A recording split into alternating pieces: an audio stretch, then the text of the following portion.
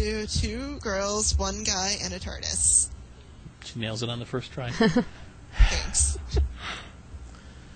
So, yeah, this is episode 9, and I'm sure you just got to listen to this 30 seconds of groovy music that comes on before we start to talk. Not a lot of news in the Who-inverse. Is that the proper term? Or did I just make that up? I think that's right. It's kind of like the Weed-inverse. Who-inverse. Not a lot of news. We'll talk about Hyde in a little bit. Mm-hmm. I mean, the big news was that John Barrowman finally came out and said that, and he sounded quite upset, to be honest, that I think he's more upset at the fact that everyone on Twitter and on the internet is saying he turned it down and he didn't have time to be on the special, when in fact he's saying he wasn't asked. Which, I put a nice long post about this after as our news item on the website, that I don't like that. Okay, what are you going to have? You have no Donna, you have no Amy, no Rory, no Martha. You have River. Oh, possibly. River's in the last episode of this year. We don't know if River's going to be in the 50th. Although I think they said her name was supposedly one of them. But you're going to have, what, Tennant and Matt Smith, which, okay, I could deal with that. The Zygons, which, really, that's your big swing, that's your knockout punch monster right there, one that's been in one episode. Mm-hmm. I mean, I'm assuming there's going to be, like, somebody else there, too. And then, I mean, just Rose and Tennant. Rose and Tennant. Eccleston, no. Well, Eccleston turned it down, so I can understand that. But to not even approach anybody else, again, maybe they were, we don't know. Paul McGann did say, it could be a last-minute thing, so... I'm hoping. Because, I'm sorry, it's turning into hey, help us celebrate our 8 years on the air. Because, because you know what, and somebody made a comment in some comment section, in which if you listen to the show, call me out and challenge me to it. Because your statement was, oh, well, they're not making the 50th anniversary special for fanboys and for Whovians. They're making it for everybody. Screw you, and screw that. The 50th anniversary special should be for people like us. Yes. People that stuck through with the show, through all the shitty plastic rubber monsters, through the stupid coat that Colin Baker had to wear, 8 years of a hiatus, and then having to watch some of the episodes we've watched the last 8 years. So, and quite honestly, anybody that's a new fan, I challenge you to find one brand new fan that knows nothing about the history of Doctor Who. Let me correct it. I challenge you to find one new Who fan that started watching prior to Series 7, so let's give them a little, benefit of the doubt, that has no clue about any of the stuff in the past. Because most people that have started watching this show have researched it, have watched other episodes, have talked to people. They know other things. They know of other doctors. It's not like it's hidden away and like the show's... It's mainstream, and those mainstream people know it existed before. So, screw you. The thing is, that person needs to remember that that person needs to go back to watching stupid shows. 50th year, with every month so far, they've showed Thank you. Classic Doctor. Exactly. That's my point. There's all this stuff around it. So what's your 50th episode going to have? Just like the first Matt Smith one, there's just going to be an image of the old doctors here and there? And come on. Little poop. Because I know, sorry, go ahead. If Liz Sladen was still alive, I'm sure she would be in it. Yeah, I guarantee she would be. To the classic doctors that was on the new Who. And that's all I'm asking for. I'm not asking to bring back every doctor. Bring back something that'll bridge the gap. Bring Paul McGann in. Yeah. Davison pulled it off in the one episode. He could probably pull it off a little bit if you want. That's all I'm asking. And quite honestly, Tom Baker doesn't look as good as he did back in the day. You dye his hair dark again. I wouldn't say he's passable, but you could find some way to explain the aging. Number one, and number two, bring their voices in. Like I suggested before, do something. Don't just put a bunch of campy stuff in there for fan people and say, "Oh, look, there's your tribute." Campy it's fun and everything, but it's not good enough. I mean, in my opinion. Well, I think McCoy could still play himself too. I don't care if he's fat and old. He'd be hilarious because McCoy was a great doctor and McCoy's a great actor now. But his costume too would kind of hide a lot. Yeah, he could totally. You put him in a girl or something. No, but you're right though. I mean, they could be passable for what you would need to do. Colin Baker can. No, wow. You could dig up some of the first 3 Doctors and they'd be more passable. Colin changed a lot. Mm-hmm. Yeah, when you look at the pictures of him over the years, it's like, wow. I said, even he was joking about that. Like, how can they put me back in there? Have you noticed? I don't exactly look the same. Like, yeah, and I don't want to just see like little cuts from old episodes. I mean, well, they did that with Star Trek Deep Space Nine. They took Deep Space Nine and they took the old Tribble episode of Star Trek and combined them, and it looked good. So, I mean, there's things you can do. Problem is, special effects and filming back in the day in England wasn't, but it's like, oh, we're going to put it in 3D for you. I don't care. And all that being said, if he makes one killer knockout episode, fine. I could deal with it. If they try to explain stuff that happened during the hiatus, fine. I just want something. But to not have... And it wasn't so much that I'm pissed that John Barrowman's not in it, although realistically, other than him, and they consider Adam a companion, even though he's in 3 episodes also, other than those 2, you haven't had a male companion since Turlough. Mm-hmm. Or even in Hyde. Why not take that... We'll talk about that in a minute. But, it's like... I don't know. It's not aggravating me. It's irritating because it's like you're supposed to be celebrating 50 years, and the only thing... Again, take it with a grain of salt. Everything's rumor and hearsay. The only thing we know is the Zygons are in it. Why not Davros? He was in 1 episode over the last 8 years. Kind of an iconic bad guy. Creator of the Daleks. I would not mind him being behind it. Maybe the Zygons can be working for the Daleks. Maybe they are. Maybe Moffat's looking at all of us idiots on the message boards and reading all the gossip going, ha ha ha ha. I know something you don't know. Yeah, and I mean, maybe. You. Very well could be. Mm-hmm. But if they don't find some way to link it to the past other than just bringing in a bad guy, it's going to be kind of a letdown. Because then it's just an 8-year, and I say 8-year anniversary because, no, not even. It's 7-year anniversary. Because really, I mean, what link to Eccleston do you have in it? They're gonna Rose. You have Rose. That's it. And I can understand Chris not wanting to do it. I mean, maybe they couldn't come up with a good way of it. I don't know. And I swear to God, if I find out that I've read like the rumors and the speculation that Clara is actually Rose. If that happens, I will. Are you listening, Moffat? If that happens, I'm flying to England to come talk to you. Because that would be the biggest cop-out way to bring... Oh, Clara and Rose are both in it. Then all of a sudden Clara just regenerates into Rose. No, she's not that would Rose. suck. No, she's not. She's totally I could accept anything else. I can accept almost anything else other than the fact that there's no link to the past and that. And now I'll step off my soapbox. Now that I've alienated and lost half our listeners. Whoops. Oops. Not the first time. I kept the swearing to a minimum. You sure did. Mm-hmm. Amazingly enough. I don't know. I mean, am I alone in that thought, though? I mean, Joanna, you're a new Who fan. Yes. I mean, am I alone thinking that way? I mean, you speak for all new Who fans, just so you know, worldwide. As a new Who fan, I would love to see like more than a link, any kind of clip or link. We need a link to the past because I've been saying this for so long, but without the past of Doctor Who, we wouldn't have the new Who that we have right now. Thank you. And what's important is the past is important for the present and the future of Doctor Who. Although, maybe they're throwing us a little bit of a rope-a-dope. Maybe this isn't really the 50th year, because it wasn't on the air for 50 years. Maybe that's when the real celebration is going to be. Well, I don't know. I'm kidding. I'm totally kidding.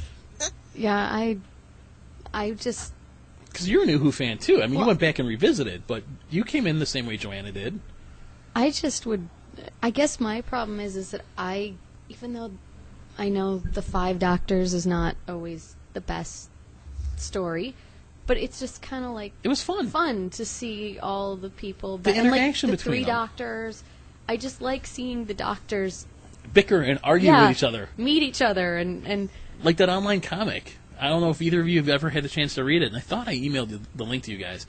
But the guy that wrote it, I mean, the way they all interact, and then they all gang up on, like, Dr. 9 and 10 because, oh, you and that young girl, I don't know. You know, like, it was just funny, and it was entertaining. And you could put a decent story to it. I mean... Mm-hmm. Yeah, I so want to see them I just want to see them all somehow represented. And yeah. I mean, I thought it was very cool how Matt Smith, when he, at the end of his first episode, walked through and you saw them all. I thought that was really cool. I want something more than that for the 50th, though.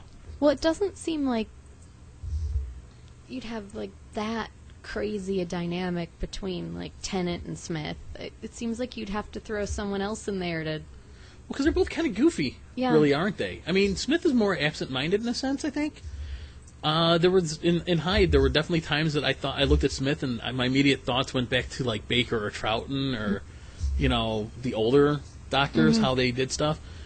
Tennant, you know, you're right. I mean, he was kind of goofier, not so much forgetful, but you know. So where McGann was more of a straight-laced doctor, it'd be kind of neat to see him, just like with the three doctors. Yeah, I just want to see them like, it could be great just having the two of them. I don't know what Moffat has in store, but I love 30 minutes of character building and 22 minutes of rushed ending.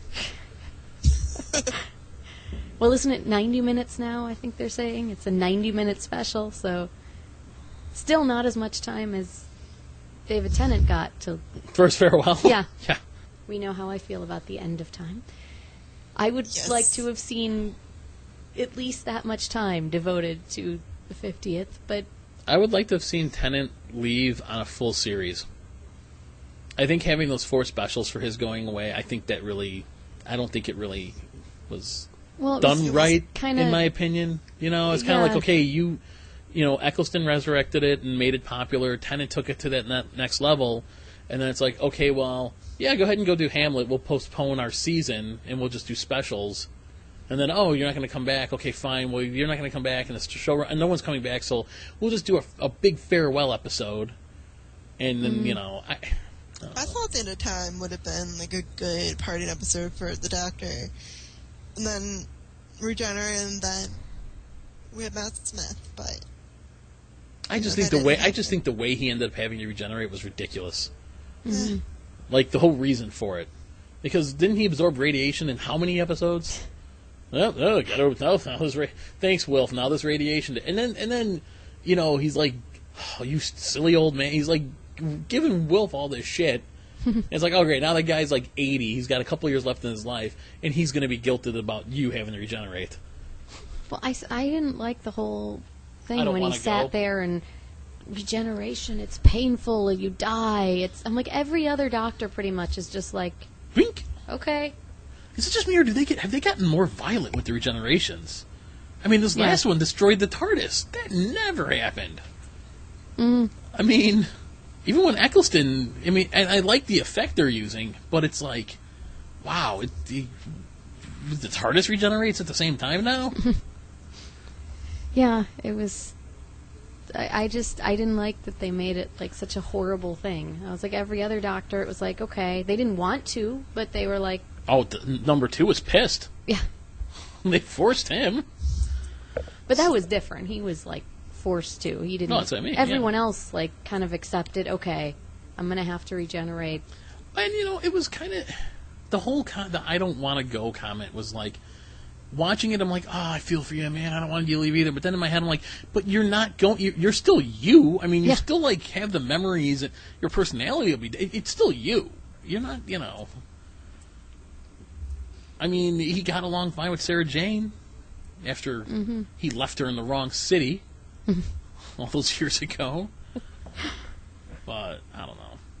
I just... It seems like the consensus has been that... I think this Barrowman thing just kind of set a lot of people off, because it's kind of like, okay, really? And some people in the comments were like, well, how important of a character was he really? Well, he spawned his own spin-off show, so I guess he was pretty popular and important. Oh, and I forgot, that was kind of news. Did you see? I think Stephen Moffat was talking about going to Trenzalore in the special, which is, they said in the Wedding of River Song, remember he goes to see the head of Dorium, and he says something like, when he, I'm not going to get the quote right, but like when he goes to the fields of Trenzalore, that will be the fall of the 11th. So now they're talking about Trenzalore those of you that have listened to us for a while know that's the sound of me bashing my head against the microphone.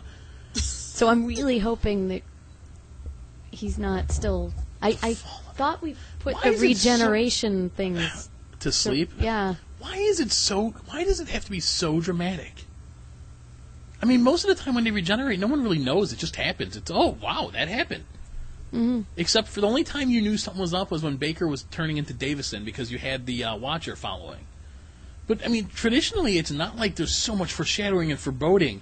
Oh, the number 11's mentioned in every frickin' episode. Thank God they didn't say Doctor Who 97 times this time. He said Doctor what?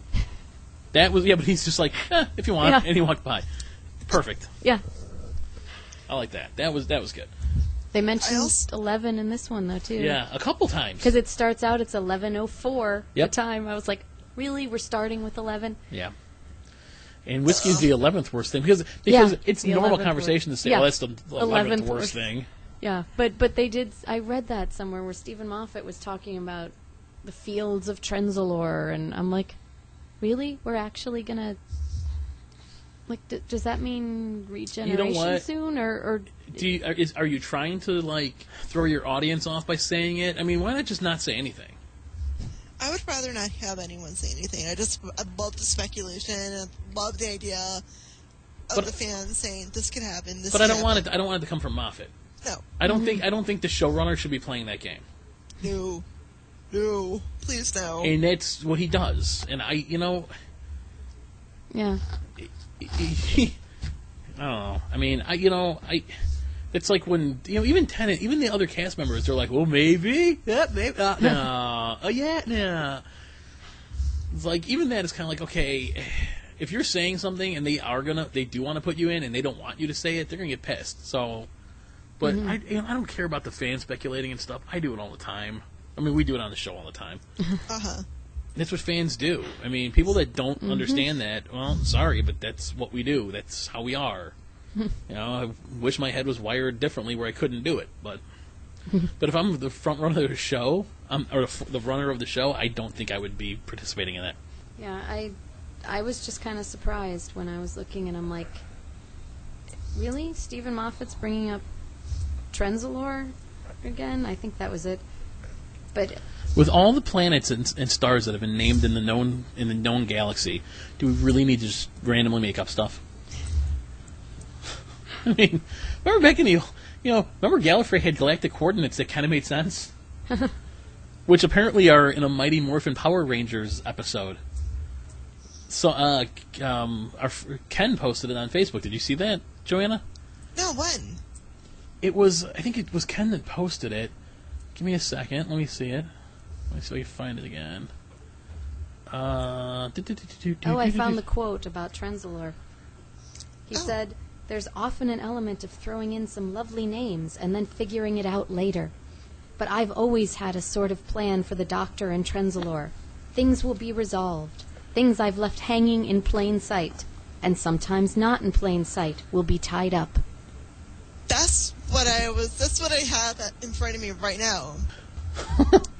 Here we go. It said, apparently in the Power Rangers Lost Galaxy episode Green Courage, they discover a meteor field at the exact coordinates of Gallifrey, presumably a post-Time War Gallifrey. Because this guy's holding this thing that says, like, GSA Terra Venture, and it says coordinates of meteorite field, 1100 by 02 from Galactic Zero, the constellation of Castoboris, which was Gallifrey. So I responded and put, we came out of hyperspace where Gallifrey was supposed to be, but we're in an asteroid field. Head for that small moon. Remember Star Wars? No. But, so I didn't know that. I mean, it's not really news, but it's neat that, obviously the show referenced, the show's referenced so often in things. Mm-hmm. I was like, I know that. What did he say? I was teasing. He said, I'm going to do something that's going to annoy John in Chicago. Yes. And that he's going to complain about, and that half the people that listen to him are going to go, what an idiot, and the other half are going to be like, he's right. Maybe a quarter say I'm right, the rest, But, hey, percentages aside, I think he deliberately does that. Well, I was just like, what are we... I was like, where did Trenzalore come from again? I just saw that. And again, that goes along with really, you can't, have him go back to, the sector where Gallifrey was or something? something tied to the old day. No, let's go back to something that happened 2 years ago. I had kind of forgotten about Trenzalore because I think I kind of forgotten about the Wedding River song because it just wasn't that good. Yeah, I didn't really... That whole story is a little fuzzy in my head now, but... Because they don't really get... They don't actually like, get married, per se. Yeah. You know what I mean? I mean, it's kind of just done. It's not really like... I mean... And how anticlimactic that it was her in the spacesuit. Exactly what everybody was guessing. Yeah, exactly what everybody guessed for 8 episodes. Thanks for the twist, M. Night. Yeah, It would be so easy to put a twist in, even if it didn't make sense. Be like, yeah, but you didn't see it coming. I don't get it. How could it be that person? It just is. It's magic. Yeah, it's timey-wimey. There it is. Oh, at least something that would be at least it would have been like. Wouldn't it have been hilarious if it was like Rory? Like he gets captured, cloned, and right there, perfect. See, right there. It would have surprised and shocked. Yeah. Because you knew it was her, because she's like, I murdered a very good man. Which also means that she knew it was going to be her. Remember she said that's why she was in jail. So it was for his murder. Yeah. You basically explained your whole series finale over the course of a year and a half. And I knew it, too. The minute I heard her say that, when he goes, what are you in jail for anyway? And she says that, I'm like, it's him. It must be him. Why else wouldn't she say who it was? It has to be him. I mean, it's not like she said, I murdered General so-and-so. No. Mm-hmm. Well, I still take issue with her saying the doctor was the best man she ever knew when her father was pretty good for her. Yeah, pretty. Took down a fleet of Cybermen to try and save her. I think I might... Well, I think the doc had help with that. But, I don't think it was necessarily Rory with the spear, but it was... But he was ballsy to do it. Yeah, I would think she should acknowledge that perhaps her father was... I didn't like Amy and Rory being her dad. I mean, I did, but I didn't like that they, like, eliminated them having her... Like, they eliminated the whole childhood aspect of everything so quickly and just wrapped it up so quick. I hated that. Anyways, enough babbling about things we didn't like and what might be. I guess the only other news that we know of, you found something out about... Arthur Darvill. Going to be on Broadway. And you're going to see him. Yes, as long as your wife agrees. She'll go. My wife, Joanna Wan. Although I was corrected, That's why I said your wife. Although I was corrected by Busty Warren at the Don't Blink show that technically he appears to be romantically involved with Romana 2, not 1. So technically I should be saying my wife is Romana 2, but we're going to stick with... I'm not going to confuse it now. Yeah. So Joanna 1 and Nicole here are going to New York. When? I don't know. In May. Like in a week.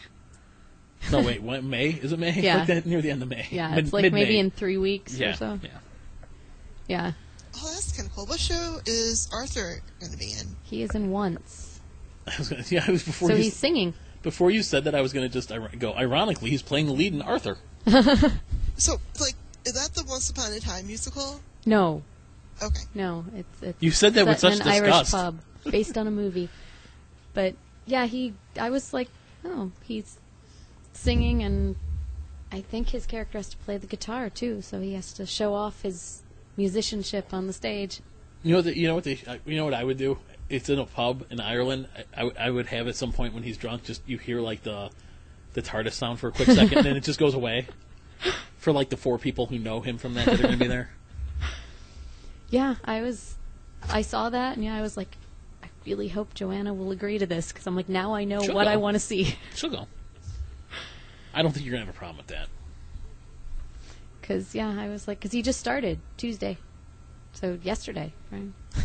When I'm saying, like, he started on Tuesday, I'm like, oh, that would be yesterday. He's had an amazing Thursday, run. yesterday. He's had an amazing run. I know, like, on Sunday they're going to have the 4th installment of the Doctor's Revisited special. With British Telecom's very own Tom Baker. Mm-hmm. What episode is it? We found out, right? Pyramids of Mars. Pyramids of Mars, that's right, yeah. It's a good episode. I'm looking forward to seeing it. Yeah. I know Sarah Jane's in it. Yeah, Sarah Jane is in it. She fires a rifle. But the Doctor doesn't use guns. somebody posted a great picture. It says the Doctor doesn't use guns, but when he does, and it was like, I think it was Tom Baker, just holding this massive looking space laser gun. I can't think of what episode it was from, but I'm like, oh yeah. But yeah, that's a good episode. You'll enjoy it. And that's on this weekend, and this will be posted in time for people to hear about us talking about it's on this weekend.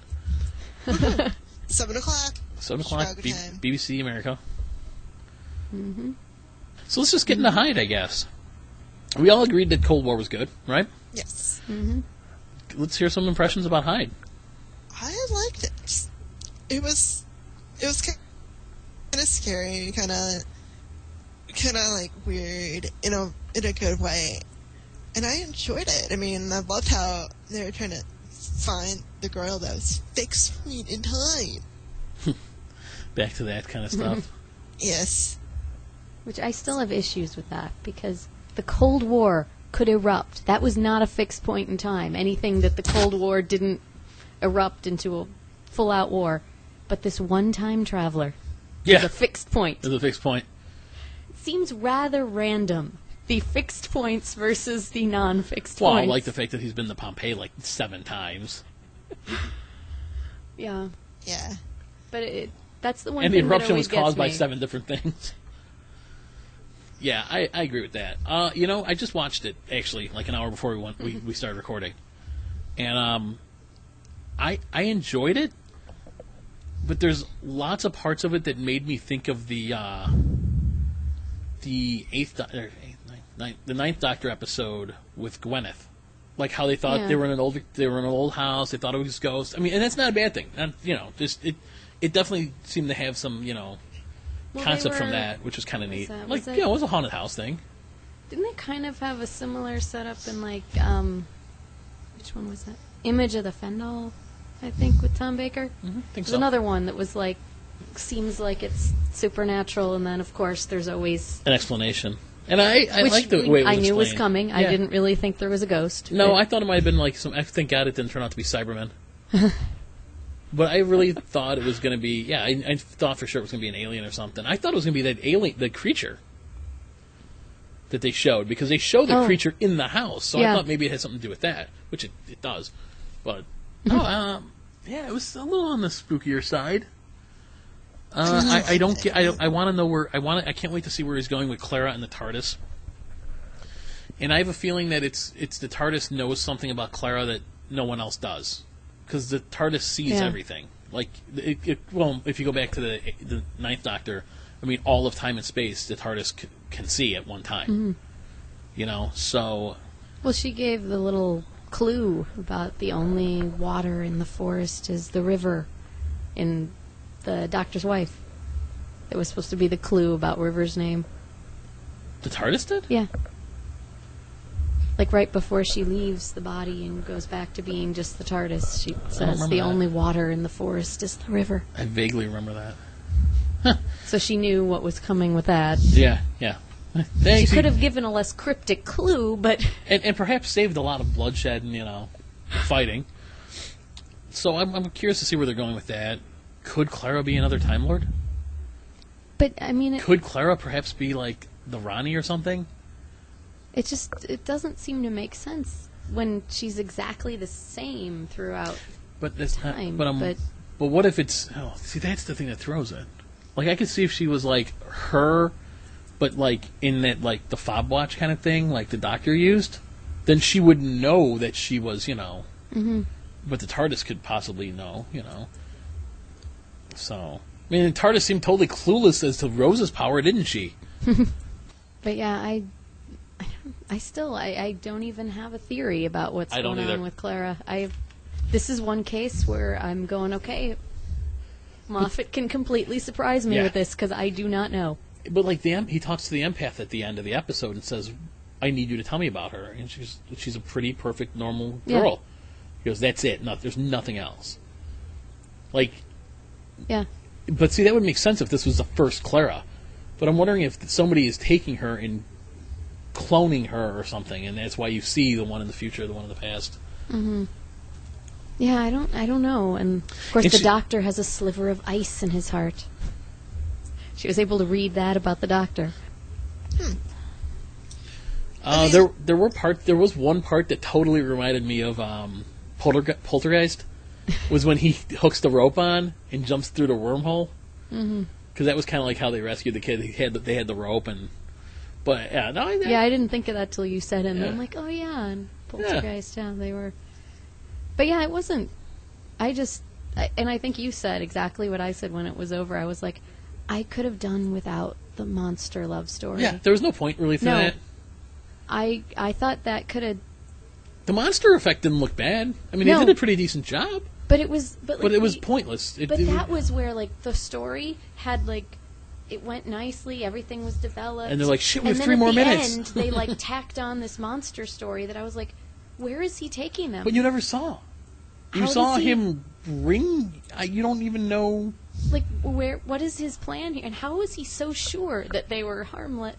All of a sudden, it's just in 2 seconds, he's like, oh, they're in love. I must go rescue them. Okay, I'm going to go now. The end. I'm like, yeah. We could have left that. Pointless. And it was like we had 3 minutes of screen time left. What do we do? But they could have had more. I was wondering about Hilla.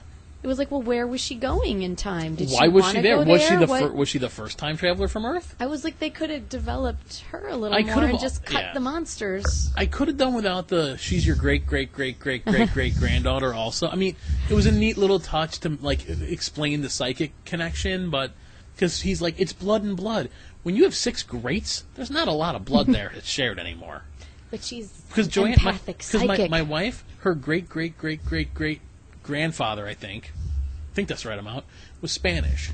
Well, guess what? At this point in time, since everyone else has been Polish, they don't even mention that because there's no real trace of it anymore. You know, but I mean, I understand.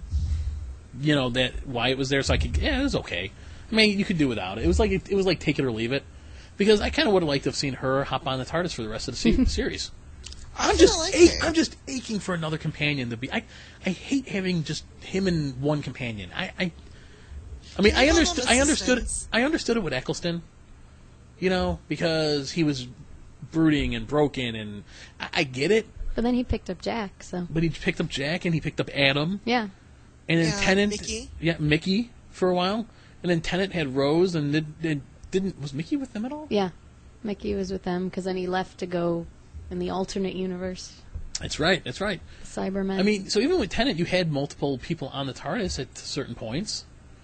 With Donna, it was only Donna. And Martha. Martha was only Martha. Jack came back at the end. Yes. Yeah, for the 2 episodes, yeah. But then at the end of time, you saw basically... He goes and saves everybody. Yes.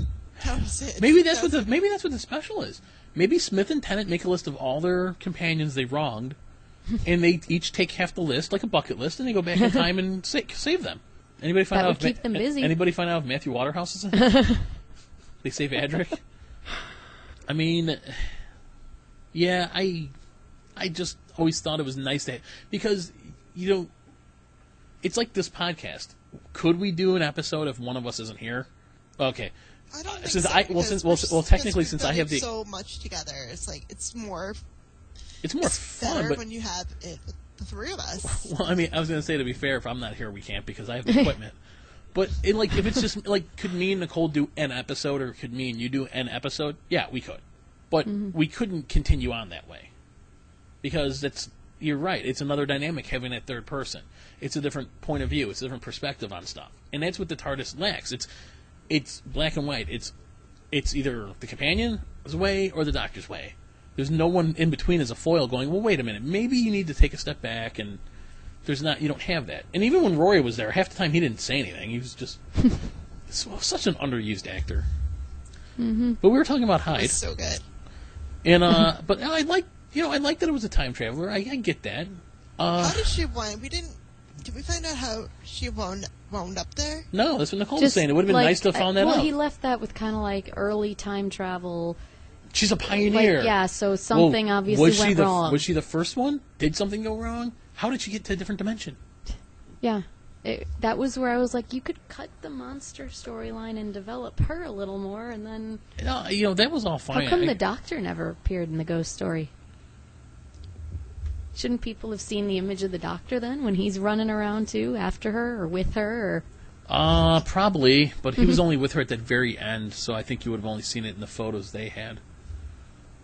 Because I was like... Or after that point, you know what I mean? Because technically when he went back, I mean, he didn't go back in time to her. He went to the dimension she was in. So all those photos had already been taken. So I don't... I'd like to see a ghost doctor.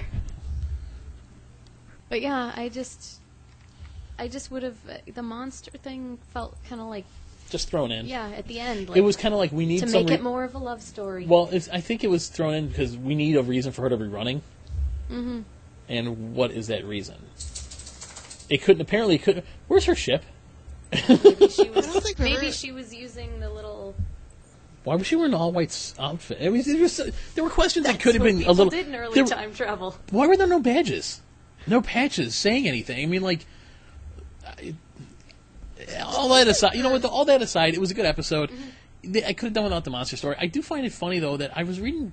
Like, I have some friends in the UK, and they're like, oh, I loved it. And it seems like the last two episodes really divided people. Like, this one guy's like... He said how... Well, the first two episodes of the season were great. These two are rubbish.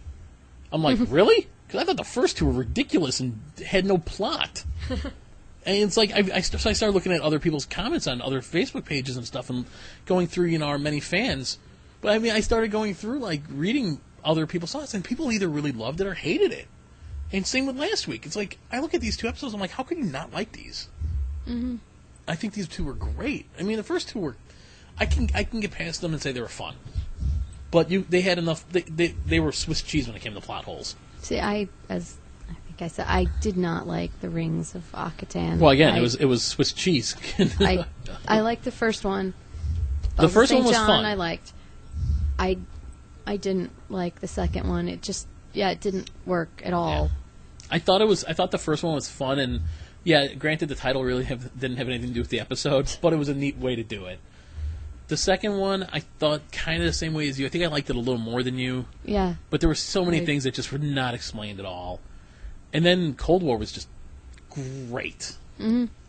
Yes. And I'd still technically, in my opinion, Cold War is better than Hyde. Mm-hmm. And Hyde's pretty good. Yeah. I would say Hyde was pretty good. And people are like, oh, well, Hyde has spoilers about Clara. No, it doesn't. It doesn't say anything. It doesn't tell you anything. She's a normal girl. That's what it tells you. Yeah. But, so... Who's more afraid than she lets on. Yeah. That's what we learned. Yeah. When she's like, I'm not happy. And he's like, oh, how did that make him click that the monsters were in love? But, it was, look at that, we're nitpicking at, like, you know, certain parts of it, but it really was a good episode. Like, monsters in a dimensional bubble. You know what they don't say in that episode? How did the monster end up in that bubble? Yeah. And how did another one end up in the house? And why did no one see the... How come no one saw the monster? Yeah. Well, it's funny because there's the one scene, you asked how you know they're not violent. You do know because there's the one scene when they're looking out the window, they're trying to figure out, they heard the motor, they said, but didn't see any lights or anything from a car. And there's the lightning flash, and you see the monster next to them in the window over. Mm-hmm. So you could tell that, you know, I mean, he would have slaughtered them, or she would have slaughtered them if, you know, he or she was violent, I guess, at that point. I mean, it would have been the right time. I don't know, I would have, that was my one thing. I would have, it was an interesting looking, and there were two of them, apparently. That were both just as equally hideous, apparently. So no, but I mean, I could definitely give credit for parts of that. You know, okay, the monster part you could have did without, but overall that episode was good. Well, I like that they brought back the blue crystal from Metabelius 3. Where's that from? That's the Green Death and Planet of the Spiders. Oh, that's right. He gave the crystal to Joe as a wedding gift. He stole it. Yeah. And then he regenerates because he has to take it back. Yeah. He has to face, I think it was some kind of like radiation in the caves to return it. Although I know he really shouldn't have it again, but because he died returning it. But he has adventures we don't see. Maybe he didn't die. He regenerated. Yeah. But I was like, hey, I remember that crystal. I knew it sounded familiar and I couldn't place it. Yeah, they have even the start of Planet of the Spiders. He's like got someone hooked up with like the little harness on their head, and he's like trying to project images or whatever onto like a TV screen, and the guy dies, I believe. But wow. I think it worked better with the psychic. Yeah, no, she didn't die, so that's a big plus, you know. yeah, I was trying to remember. I'm like, yeah, I remember that. I think the guy died that was using it before. But I thought this episode was good. There was definitely some depth to it compared to the first two. Yeah. You know, a lot of it got tied up. I mean, other than the monster, most of it made sense. Yeah. You know, like I said, he didn't. The only reason I think you had to throw in the great-great-granddaughter thing, because then the guy's like, well, what do we do now? He's like, well, you know, you do, and then it's when it all clicks that the monster's in love.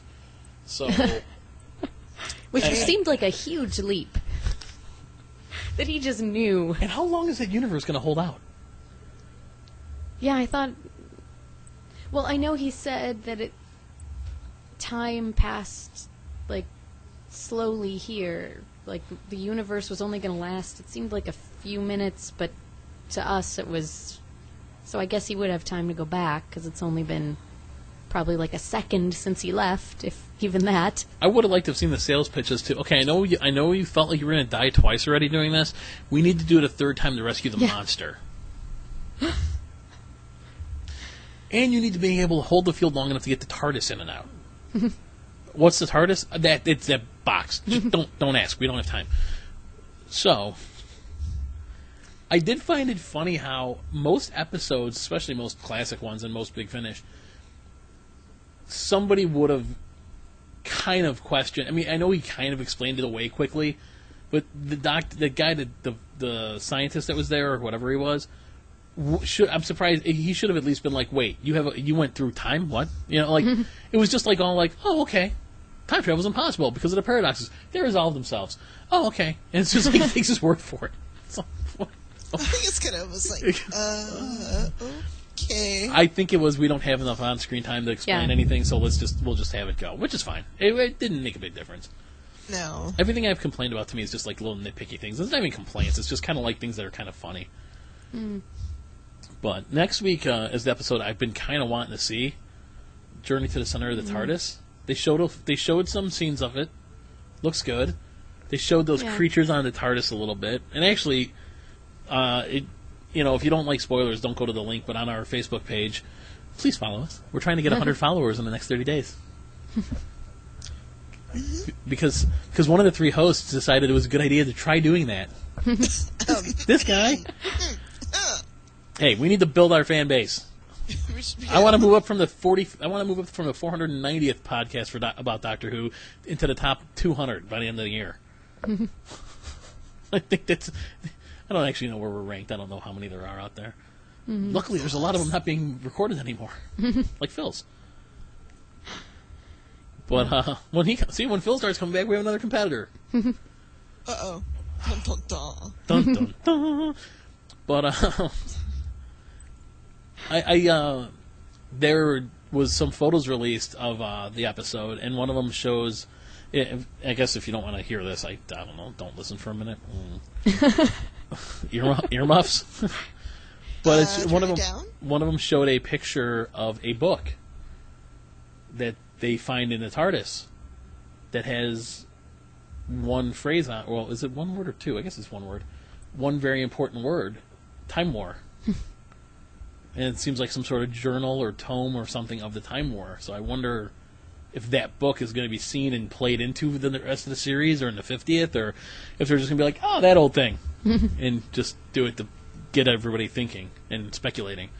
So that, they also showed some creatures, and I don't know how I feel about that. Like in the scenes they showed at the end of this one, she's like, what are those things? And he goes, I can't tell you. And it's like, when did the Doctor become like an evil mad scientist with creatures running around the TARDIS? I mean, my assumption is they're Time Lord souls or something like that, maybe. I mean, we know he has those witches somewhere in the little thing. So we know he has things in the TARDIS, and I get that. But I don't want the TARDIS to be an evil breathing laboratory of like failed experiments that the Doctor has done over the years. Yeah. So I don't know what those things really are going to end up being. And first off, how would they never have found their way back?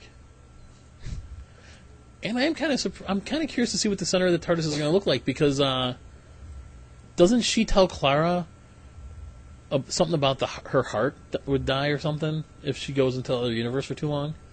Like, she uses the word heart for something. So I'm curious as if, and in this episode they said the heart of the building is a music room. So there's a few references to that. So we'll see what, it better not be a giant, huge beating heart. It would be cool, gross, and disappointing all at the same time. Yeah. Well, because the TARDIS was never an organic living being necessarily until Tennant's years or Eccleston's years, right? I mean, it was basically. Although they did. It always had like a personality, kind of. But actually, the weird thing is in An Unearthly Child, Ian puts his hand on the TARDIS and says, like, I think it's alive, and then they just never picked that up. But I was like, wow. Well, yeah, but in, I think like, it's because I think episode, it's. But I think that's more like because of the vibration from the engines and stuff is what that was, more about. I have is a what question. I was thinking. Yeah. Did Jack ever have, like, whatever crystal that was TARDIS growing on his desk at Torchwood? Rumor was there was a scene where Tenant number 1 gives Tenant number 2 a piece of TARDIS. Yeah.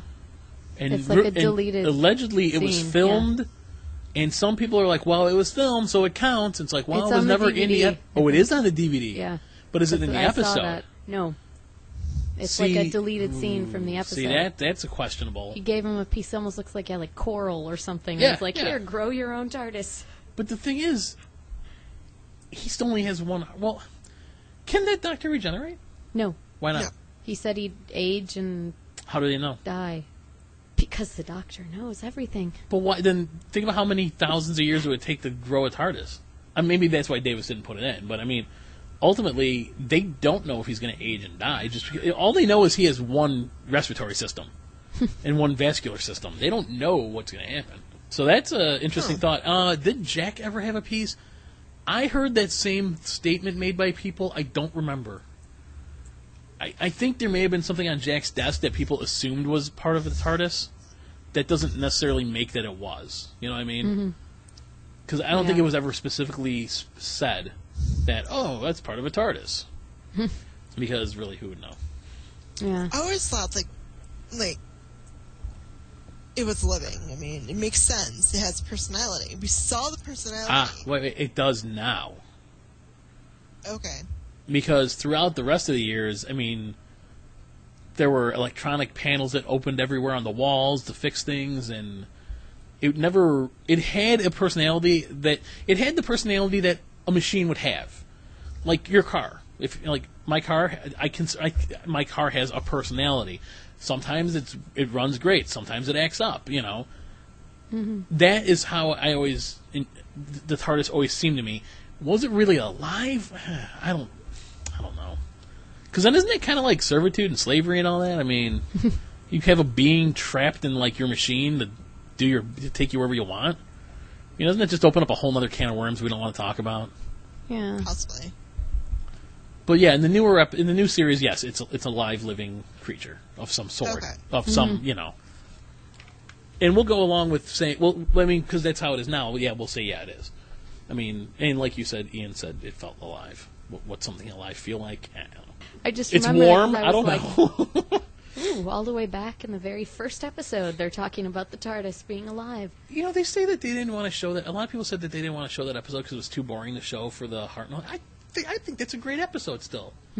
I really liked that first episode and the second one.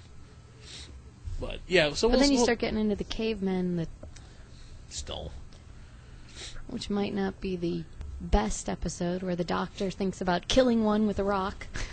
I find it funny how the Doctor's appearance gets younger, but his age gets older. So at some point in time, he's going to be like a 7-year-old. Who's going to be babysitting him this time? Yeah, it's going to be a babysitter instead of a companion. It would be like a mom, almost. Yeah, Like, yeah. Or Well, nanny. but yeah, so we'll say the TARDIS is alive. I liked that episode too. A lot of people didn't like that one. That was a good one. That was a fun one. God, some people hated it. Wait a minute, they were in a different universe on that one, right? Yeah. Oh, that's different than never mind. I was thinking of something else. But I think that's all I got. My overview, my impression of Hyde was it was good. It was a little scary. I thought Cold War was a little better. Yeah. I didn't find as many defects with any of it. Like I said, the monster story to me could have been taken out. I mean, it really didn't need to be there. Mm-hmm. But I think it was. It kind of made sense. It's that the other monster in the house is what you heard making the noises. So, but yeah, it was good. It was good. I thought it was like one of the. I thought it was definitely better than Reigns of Aachen and the Bells of St. John. Yeah, no, I would agree. But it was way better. But it wasn't as good as Cold War. But it was still. It was up there. Yeah, definitely. I could honestly say that I like. I mean, out of all of Series 7, Asylum's still my favorite, followed by Cold War, and probably Hyde. Yeah. I mean, Angel episode was good. I mean, it was good because it was the Angels, though. It wasn't like But like Dinosaurs on a Spaceship, I was pleasantly surprised with. But still, I think those are my top 3 from this whole series. Mm-hmm. You know what? I didn't know this. I was listening to an episode of Radio Free Scarrow. A couple of those guys hated Asylum. Thought it was a horrible story. I was like, wow. I thought it was great. But difference of opinion. What can you do? So, how about you? What did you think, Joanna? This is before I enjoyed it. It was definitely one of the top episodes. It's right up there with Cold War, but not as good as Asylum of the Daleks, which I agree with you. But it could have been better, and we're lucky that I was happy to see that it was like on the higher end of the episodes. Yeah, agreed. I did not like Ruins of Aachen. I mean, it was fun seeing all the aliens, but it was fun until you got to the end and said what happened. Yeah, it's like, oh, it's over. Okay. Yeah, I think the Series 7B is hitting its stride. I think the first 2 were okay, and now, I mean, because everyone that's coming up seems like it's going to be pretty good. So. Oh yes, I'm excited about the Cyberman one. Yeah, I'm concerned about the finale a little bit because the finales always to me seem to be kind of a letdown. Yeah. Like there's so much build up to something, and then it's just like I said with River Song. Oh my God, who's going to kill him? It's kind of obvious who it was going to be, and then oh look, what do you know? So, but Nicole, how about you? Well, I said I liked it not quite as much as Cold War because I read things where people were like Cold War was terrible. It had so many plot holes and so many. And I was like, where? Other than them not speaking Russian, what plot hole? Which I still say though is perfectly normal for Doctor Who because think about like the girl in the fireplace. Nobody's speaking French. They'd all be speaking French. Touché. Fires of Pompeii, they'd all be speaking Latin. No one's speaking Latin. They speak English whether the doctor's there or not. Touché. The signage was in Russian, supposedly, on the sub, though. I didn't notice. I didn't notice either. But wouldn't the TARDIS convert that anyway, so you'd be able to read it? You'd think. As I said, yeah, not quite as good as Cold War for me, because there were, I thought, a few more plot holes in this one. I said, well, just weak points with the monsters, but I liked the rest of it. Yeah, I think it would have been a great story if they just cut the monsters and focused on like maybe a little more about Hilla and like where was she going? Where was she? I was like, was she trying to get? You would think he would have told them more about like who she was. Not that it was the great granddaughter or whatever, but more about who she was before. Maybe even showed some like images because he obviously researched her. Maybe showed some images of her graduating the Academy of Time or something, But I think, I agree. That's what I just would have liked to have. I could have done without the monsters and maybe a little more about the time traveler who just is kind of there. And I don't understand how they're like, well, in her time, she's dead and never returned, so she has to stay that way. Really? Fixed point. What did you do? Because you're a time traveler, so you could bring her there, and they already know what time travel is, so it shouldn't be a problem. But yeah, I liked it. Just I loved Cold War. I don't know now thinking about it. Don't you think it's a little awkward that they know that that's their great great great granddaughter? Like, do you think if they start arguing and they're like, we're never going to get married, she starts fading like in Back to the Future? That's what I was thinking about. I'm like, wait, it's like Back to the Future. I'm like, why isn't she fading away? Maybe that's my expectation. I would have liked to have seen the empath. Yeah, I would have liked to have seen the empath pick up a little bit about Clara. Like, maybe when in one of those scenes when they were talking, her just look at her and be like, or maybe tell the doctor, oh, she's a very young girl, but she's a very old soul, or something that, is usable other than, she's fine. Because that whole thing was, like, anticlimactic. It's like, so wait, you came here for this reason, and now you don't know if they're going to get married or anything, to be honest. I mean, okay, yeah, the woman's there and exists, but you really forced the hand of everything to find nothing out. Because the doctor is always clueless about human behavior sometimes. I did like how when she said, is that all we are to you, or something? When she's like, we're all dead. We're just ghosts to you, aren't we? And he said, no, you're the most important riddle? Mystery? You're the most important mystery in the universe. And I think, she didn't get it, but I mean, that was directed straight towards her. Not so much humanity, so. Yeah. But yeah, he was kind of clueless before the doctor too, and he's going on about how empaths are the loneliest people. They feel, and Clara has to kind of be like, shut up. Okay, enough. So of course later at the end he has no idea what he's doing when he's going, this is your great great great great great great granddaughter, and yours too. Like, and everyone's just like, and what? Of course yours too, yeah. And it's like, wait a second, and he has no idea. He's just like, it's going to be hard for her to adapt and live in 1974. Yeah. So, she's like from the year 2100. Yeah. What century would that be? Wait, 1974? No, 2400, whatever. 22nd. Right? Because the 19th century was the 1800s, 20th century was the 1900s.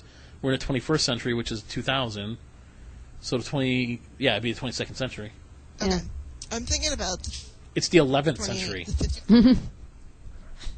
I was thinking about the 51st century, and... Wasn't that where Jack was from? Yeah. Because I was thinking, like, there has to be a connection to Jack Harkness. Well, okay, think about... Well, actually, you know what? It could be... It could be later, because, okay, great... People live to be 80 years old, roughly, so you can have... I mean, it could be further than 21. I mean, yeah, it could be like 23, 24 something. But to be 51, it'd be to year 50... Be to year 5,000 something. Yeah. I mean, that would be a stretch. But I mean, when Jack was from, they had time travel, but it had been around before. I don't think it was created when he was. Yeah, it seemed to be quite commonplace for him. Yeah. So. Wasn't new. But if the last two episodes are any indication, then the series 7B is turning into a pretty good one. Which is good to see. I mean, it's nice. It'd be nice to go into the 50th on a great, strong note. So, But I think, I guess that wraps it up, huh? I think so. Thanks for joining us. This has been episode 9 of 2 Girls, a Guy, and a TARDIS. All right. Now everyone got in on the game this time. So we'll join you. We'll talk to you again next week. And thanks for listening. And I think we should be on the. Not for the 4 people that own them, the Zune Marketplace. Well, actually, I mean, I have one. I mean, I'm sure other people have them. But supposedly we're put on there now, too. So we're on iTunes, Zune, and... Because there's a lot... I mean, to be honest, yeah, they never overtook Apple, but for a while they were the number 2 media player there was, so... Anyways, so you can find us in all kinds of places. Feedburner, iTunes, Zune, website, Facebook.